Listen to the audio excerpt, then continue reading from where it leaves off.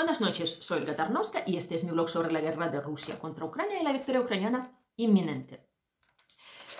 Gente, yo sigo creyendo en la victoria de Ucrania, ¿vale? Yo soy una persona irracional, siempre lo he sido, y cuando la gente piensa que está loca, no me importa que lo piensen, porque al fin y al cabo yo sé que voy a tener la razón. Pero, todo lo dicho, a veces la guerra se te hace muy pesada, se te hace algo muy sufrido, muy doloroso. Yo estuve este fin de semana en el hospital ayudando a las chicas en el hospital militar de Kiev, que es una ciudad, ¿vale?, dentro de Kiev, con centenas de heridos. Y heridos muy graves. Estoy poniendo imágenes de los chicos y claro, es muy difícil entrar y no empatizar con todo este sufrimiento y el dolor, porque hay mucha gente con amputaciones, hay gente con los hierros metidos en los huesos, que han pasado por 50 operaciones y no saben si van a salvar esta pierna. Hay gente que te dice mañana me cortan la pierna y después de 1 año y medio intentando salvarla. Hay gente que tiene las manos después de congelación que no se le mueven. Entonces, todo esto es muy impactante, todo esto es muy cruel porque son centenas de miles de personas y son sus familias, porque si una persona se ha quedado sin brazos, alguien viene a cuidarlo y puede ser su madre, puede ser su mujer, quien sea, y están ahí y dejan sus vidas para cuidar y sacar de aquel infierno a su ser querido, que luego a lo mejor le ponen la prótesis, pero a lo mejor no, y a lo mejor un chico de 23 años que tiene una lesión medular no se levantará nunca. Entonces, esto es mucho para digerir y para ver el mundo de forma optimista. Por eso yo os pido perdón por tener esos bajones, ¿no? Yo vivo esta guerra, por mí, muchas veces me despiertan las procesiones funerarias porque ponen música para despedir a nuestros héroes. Me despierto por la noche con alarmas. Con todo esto, un ser humano necesita muchísima fuerza para mantenerse bien de cabeza, ¿vale? Y ayudar a los demás que te rodean también a estar bien. Y para eso estamos aquí en Ucrania. Entonces, os pido perdón si algunas veces mis blogs no son lo suficientemente optimistas. Son así justo porque estoy dentro, ¿vale? Dentro de todos estos procesos y no pueden no afectarte. Vale, entonces, vamos a hablar... por cierto, aprovecho para pediros las donaciones para nuestro vehículo de evacuación número 5, nos falta muy poco. Y además estamos haciendo una campaña con camisetas. Entonces, para España yo puedo organizar el envío hasta vuestras casas. A partir de 50 euros de donación me mandáis la talla que lleváis y intentaremos imprimir esas bonitas camisetas también para vosotros. Voy a dejar un vídeo al final de este para que veáis cómo lo hacemos y vais a tener vuestra camiseta casi única, claro, porque la hacemos a mano, si nos ayudáis con esta campaña. Vale, entonces dejo el PayPal mío y el Monobank de Caterina, que está haciendo la recaudación desde Ucrania. Vale, entonces, Putin. Estos días no hay muchas noticias, pero hay muchos materiales analíticos referentes a la guerra, ¿no? Porque como estamos al final del año, el inicio del otro año, pues la gente hace pronósticos, previsiones, pues habla de lo que ha pasado, entonces hay mucha cosa así en el aire. Entonces Putin elige una guerra de agotamiento no por los recursos, ¿vale? Sino porque Putin piensa que el mundo democrático se va a agotar. ¿Vale? Como hay elecciones en 76 países este año y él sabe que en los países democráticos siempre puede meter cizaña y vosotros lo sabéis perfectamente, en vuestros países también hay gente vendida y la gente que está pro Putin no por ningún otro motivo que no sea dinero e influencias políticas. Entonces él cree que pues en algún momento llegarán sus amigos al poder en muchos países y entonces no van a apoyar la causa ucraniana y les va a dar igual y así él puede hacerse con nuestros territorios más tranquilamente. Y otro problema es que el mundo todavía no sabe qué va a pasar cuando Rusia pierda, por eso no nos ayudan a ganar esta guerra de forma rotunda y no nos dieron ganarla, ni siquiera el año pasado, cuando Ucrania, voy a hablar de esto, tenía otros planes para contraatacar a los rusos. Entonces, todo el mundo, por precaución, por miedo, por estar indeciso, por pura cobardía, no quiere tomar una decisión, o sea, y prefieren congelar la guerra en Ucrania tal como está, cortar el fuego y dejarlo por ahí, mientras tanto ir haciendo su vida. Vale, y esto es la peor decisión para Ucrania, ¿no? Porque Ucrania sabe que no hay que perder el momento histórico. Ya perdimos muchísimos momentos históricos antes, ¿no? Os recuerdo, no he hecho un vídeo expresamente sobre el tema, pero en el año 17, con la revolución bolchevique, Ucrania intentó, aquí no había bolcheviques, ¿vale? Pero ya se desintegró el imperio ruso y Ucrania quería crear su estado. De hecho, creamos la República Popular de Ucrania. Primero había varias Ucranias, luego se iban a juntar en una sola, pero como hubo una discordia, se cambiaban los gobiernos, no se acababan de solidificar, entonces no consiguieron hacer un frente al ejército rojo, una frente consolidada. Entonces Ucrania perdió esa guerra de 3 años que tuvimos, ¿no? Casi 3 años, y desapareció como Ucrania independiente. La aceptaron como una república dentro de la Unión Soviética, más o menos en las fronteras que queríamos tener, pero Ucrania en aquel momento era un país muy potente, porque tenía un país agrario, tenía su industria, tenía cosas, y tenía 77 millones de habitantes en el año 22, y Rusia tenía 80. Entonces éramos en el territorio, no éramos tan grandes, pero en la población Ucrania era muy grande. Y para Stalin le pareció que es exagerado que haya tanta población y además con esa mentalidad libre, con los poderes económicos y con, digamos, tradiciones que no tenía Rusia, porque Rusia estaba esclavizada toda su vida, para ellos no levantar la cabeza era normal, para nosotros no. Entonces empieza la política de represalias en Ucrania, ¿no? Primero empiezan a hacer los kolkhos, obligar a la gente a entregar sus propiedades al Estado y luego trabajar para el Estado. Y por supuesto, los campesinos ucranianos que tenían sus tierras, sus caballos, sus vacas, no querían hacerlo. Entonces han hecho una cosa que es colectivización, expropiar los bienes y las tierras y mandar a esta gente que no quería a Siberia. Tenemos a millones de ucranianos exiliados en Siberia, los que han llegado, porque muchos han muerto en el camino. Y hay pueblos enteros en Siberia llenos de ucranianos. ¿Vale? Luego, la hambruna del año 32-33, o sea, se les quitó a los que no entraron todavía en el kolkhos, se les quitó todo. O sea, no les dejaron ni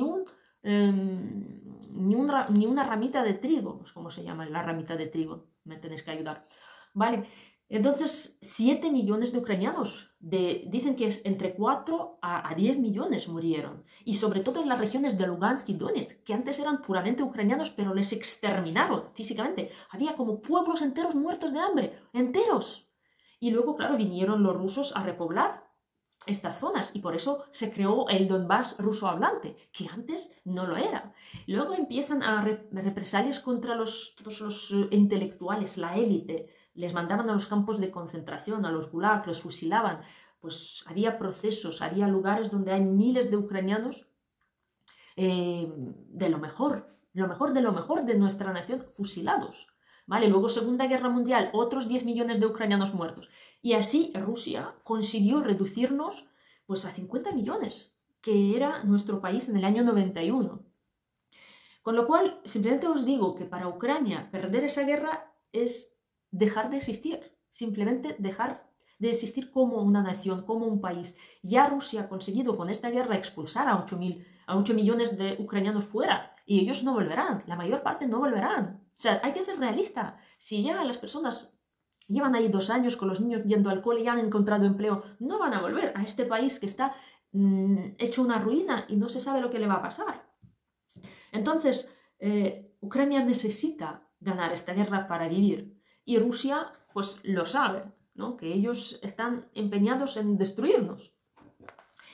Por eso para nosotros toda esta indecisión, ese miedo al ataque nuclear ruso, esas líneas rojas que no sabemos de qué van, todo esto es terrible, porque nos están exterminando. Otra vez.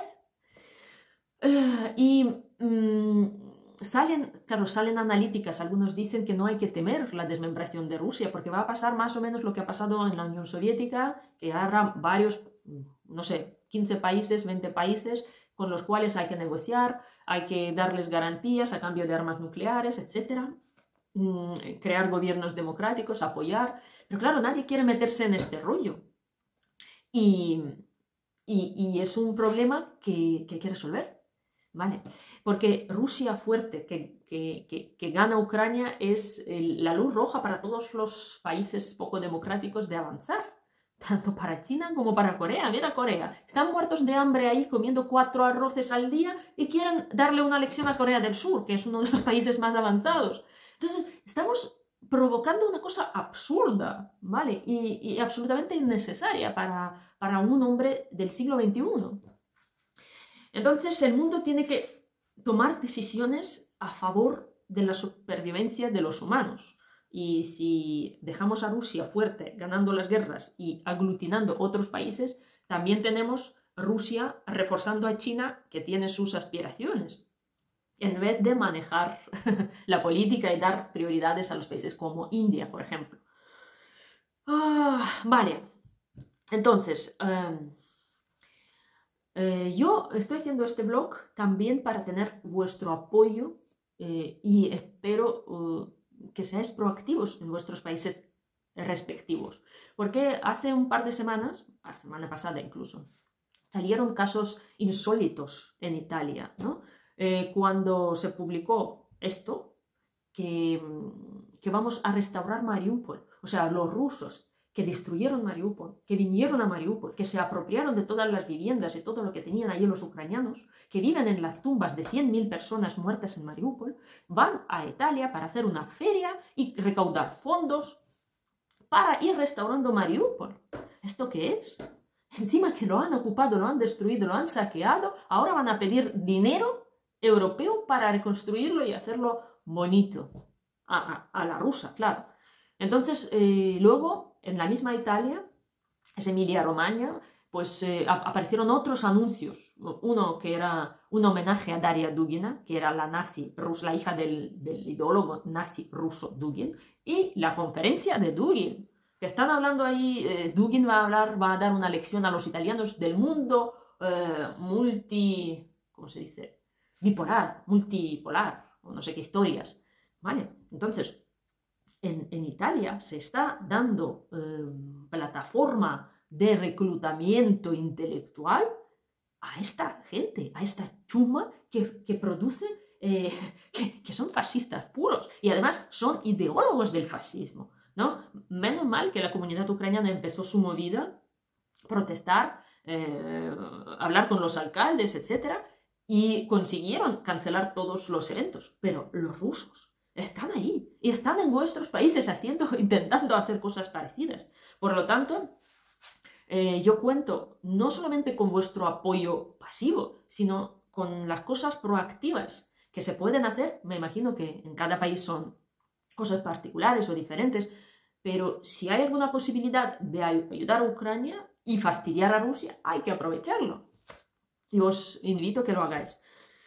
Vale, bueno, las noticias que salen, que en Rusia hace un frío extremo y les ha llegado el karma a varios barrios de Moscú y muchos pueblos, creo que eran 13 pueblos alrededor, que no tienen calefacción, luz y agua, ¿vale? Entonces, amenazando a congelar el año pasado toda Europa porque no tenían gas ruso, que salieron un montón de anuncios de Gazprom, ahora están sufriendo esto, y poco, me parece. Vale, entonces, salieron varias publicaciones curiosas, ¿no? Primera es de Business Insider, hablando de los planes que tenía Zaluzhny para hacer una contraofensiva en el año 22, que quería aislar Crimea, pasar por Zaporizhia hasta el Mar Negro, o el Mar de Azov, y cortar el corredor terrestre que creó Rusia entre sus territorios ocupando parte del territorio ucraniano, hasta Crimea. Pues no le permitieron hacerlo porque no les pareció adecuado dar este golpe tan potente a Rusia en aquel momento. Y los de Pentágono le invitaron, le pidieron que hiciera la contraofensiva en Gerson. Y sabemos que a Gerson hicimos solo la mitad, ¿vale? La mitad, la orilla derecha la hemos conseguido liberar y la izquierda no. Y ahora tenemos ahí un frente que nos hace muchísimo daño porque están los rusos cerca y atacan todos los pueblos de la región de Gerson con artillería. Vale. Y en el año 23 la ofensiva que planeaba Zaluzhny también no consiguió el resultado porque no tuvimos suficientes armas.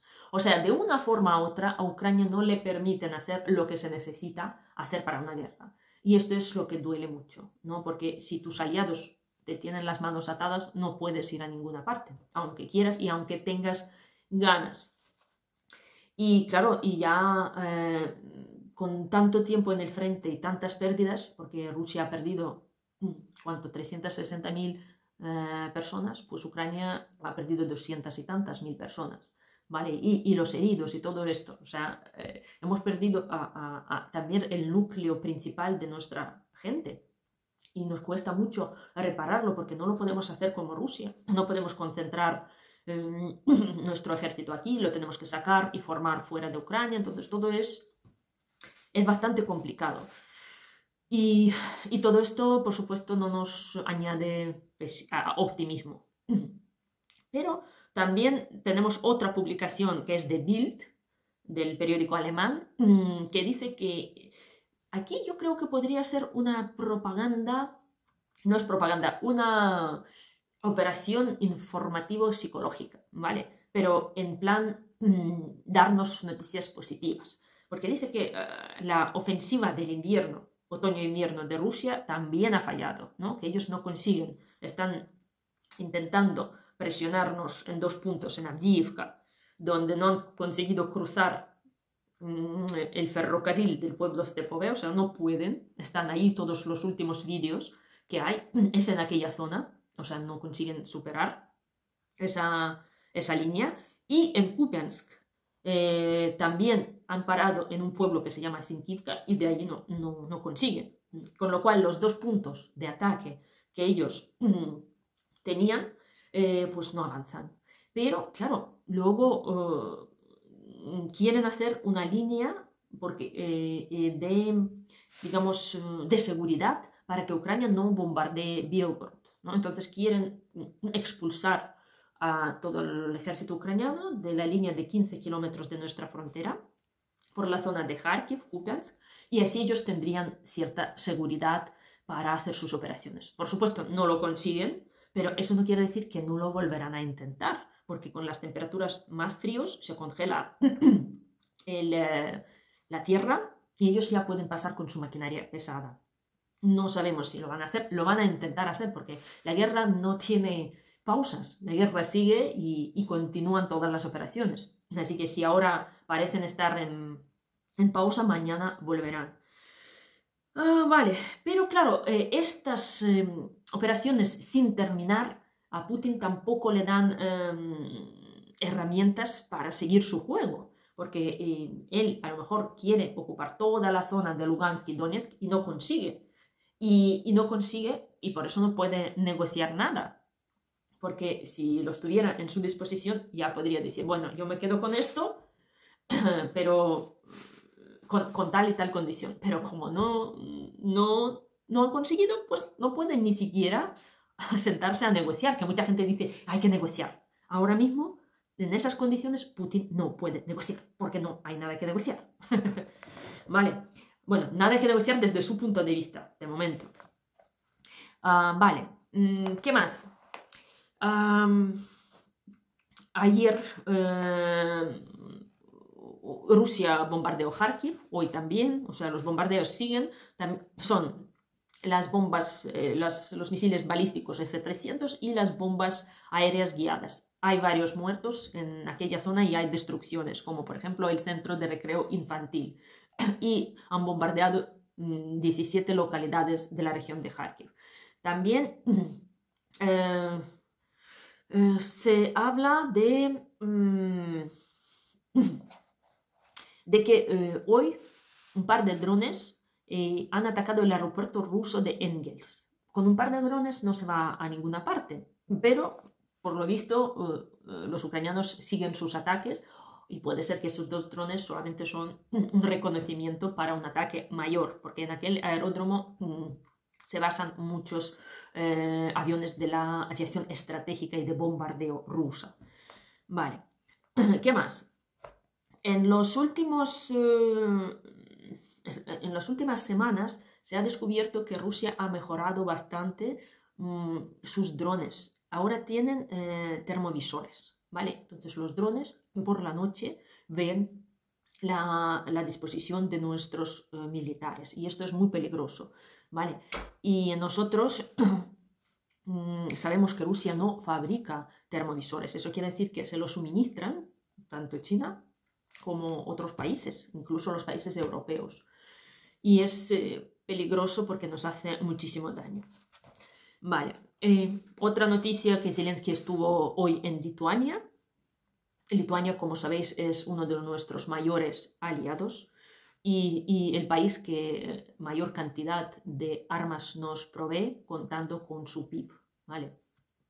Y nos ha entregado una ayuda militar por 200 millones de dólares, que para un país pequeñito está muy bien y se lo agradecemos muchísimo. Vale, con esto y un venceremos termino y os dejo el pequeño vídeo de las camisetas y espero vuestras donaciones, ¿eh? Aquí estamos haciendo las camisetas artesanas para todos los que nos van a donar a partir de 50 euros y vivan en España. No puedo comprometerme con otros países. Así que esta camiseta va para Fabia, su esposa, y vamos a hacerles pues este bonito dibujo e imprimir ahí en este rodillo. Así que vamos a ver cómo sale.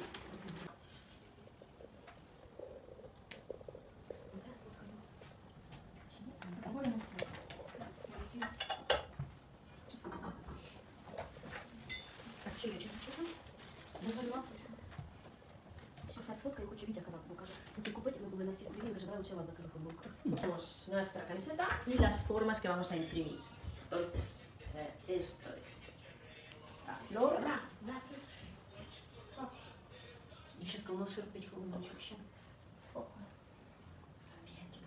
Aquí hemos dejado la forma y vamos a cerrar y pasar el rodillo para que se imprima en la camiseta.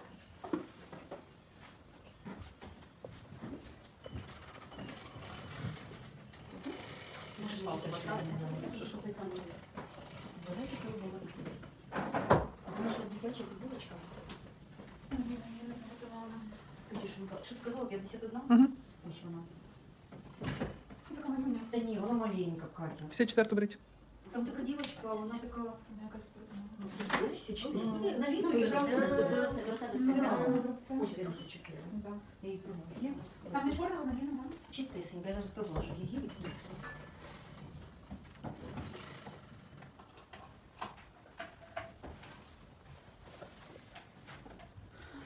Y ahora,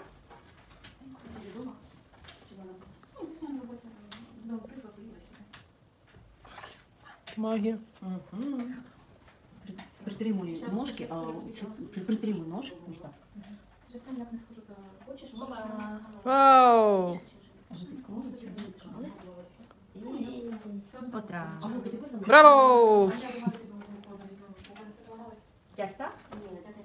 La magia está hecha. А що там стало нам жити? Son las camisetas en la versión final que son de pareja. Así que vamos a hacer muchas otras como estas y las que vosotros queráis. Gracias por vuestras donaciones. Bueno, aquí están trabajando las chicas, Ksyusha, y las camisetas que hemos imprimido hoy son estas, versión familiar, familia de conejos. Eso es para los padres y una niña. Otras, está aquí durmiendo la pantera, otras por aquí. Y la que vamos a hacer es esta. Давай його зразу. Все, забираємо що, а ви готуєте нову.